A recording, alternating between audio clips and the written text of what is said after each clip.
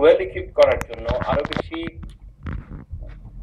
দুনিয়াবি কে ইউটিলাইজ করে আখিরাতমুখী হওয়ার জন্য আমরা কি আরো কিছু করতে পারি কিনা? আপনার কি মনে হয়? ভেরি গুড, অত্যন্ত সুন্দর প্রশ্ন মামুন ভাই।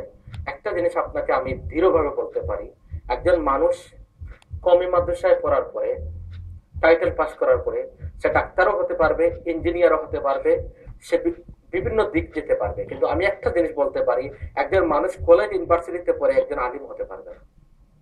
সেটাই সেটাই কওমি মাদ্রাসায় পড়ে সে আলিম হওয়ার পাশাপাশি সে অন্যান্য ইলিম অর্জন করতে পারবে। কারণ কুরআন এবং হাদিসের ইলিম যখন মানুষ অর্জন করে, তখন আল্লাহ সুবহানাহু ওয়া তাআলা তার নলেজকে খুলে দেন, তার ব্রেনকে প্রশস্ত করে দেন। এই জন্য কুরআন জানার পরে, হাদিস জানার পরে একজন মানুষের নলেজ প্রশস্ত হয়ে যায়, প্রশস্ত হয়ে যায়। যখন দেখুন, আমি আমার কথাই বলি আপনাকে, প্রচুর মানুষ এইরকম আছে। আমি কওমি মাদ্রাসায় টাইটেল পাস করেছি, পাশাপাশি সিলেট কাজী বাজার মাদ্রাসায় থাকা অবস্থায় আমি সরকারি মাদ্রাসা থেকে দাখিল দিয়েছি, সিলেট সরকারি আলিয়া মাদ্রাসা থেকে আলিম দিয়েছি, তারপরে 96-এ আমি ফাজিল দিয়েছি, 98-এ আমি কামিল দিয়েছি। কিন্তু আমি কিন্তু কওমি মাদ্রাসার ছাত্র ছিলাম। কওমি মাদ্রাসায় পড়ে, তাছাড়া পাশাপাশি সিলেট মদন মোহন কলেজ থেকে 1996-এ আমি ডিগ্রি পাস করেছি, সিলেট মদন মোহন কলেজ থেকে। পাশাপাশি যখন আমি টাইটেল পাস করলাম, কিন্তু আমি কিন্তু আলিয়া থেকে কামিল হয়ে গেছে, সিলেট সরকারি আলিয়া থেকে। পাশাপাশি মদন মোহন কলেজ থেকে 1996 ইংরেজিতে আমি কিন্তু ডিগ্রি পাস করে ফেলেছি। যখন ডিগ্রি পাস করলাম তখন কিন্তু আমার দাঁড়িয়ে উঠে নাই।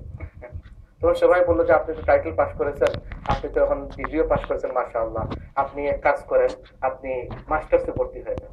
আমি কিন্তু ছোটবেলা থেকে একটু ডিবেটকে ভালোবাসতাম। আচ্ছা, তখন আমার মনে হলো যে আমি ল পড়ে নেই। আমার আব্বার সাথে মশওয়ারা করলাম, আমি লতে ভর্তি হলাম সিলেট ল কলেজ থেকে। তখন লর প্রতি আমার ইন্টারেস্ট চলে আসলো। ল সিলেট ল কলেজ থেকে ল করলাম, পাশাপাশি আমি মাস্টার্সে ভর্তি হয়ে গেলাম। ইন দ্য মিনটাইম আমি লন্ডনে চলে আসলাম। আসার পরে আলহামদুলিল্লাহ, আমি যে কথাটা বলতে চাচ্ছি, লন্ডন মেট্রোপলিটন ইউনিভার্সিটি থেকে আমি এলএলবি অনার্স সেকেন্ড ডিভিশন আমি পাস করেছি। আমি যে কথাটা বলতে চাচ্ছি, বর্তমানে আমার পিএইচডি করার প্ল্যান, আমি অ্যাপ্লাই করে পেয়েছি ইনশাআল্লাহ। দোয়া করবেন আমার জন্য। আমি যে কথাটি বলতে চাচ্ছি, আল্লাহ আমাকে মাফ করুন, আমি অহংকার করি না, আমি শুধু গর্ববোধ করতেছি ওই কথা যে আমি একজন কওমি মাদ্রাসার ছাত্র, আমার ইচ্ছা থাকার কারণে আমি এটা করতে পেরেছি।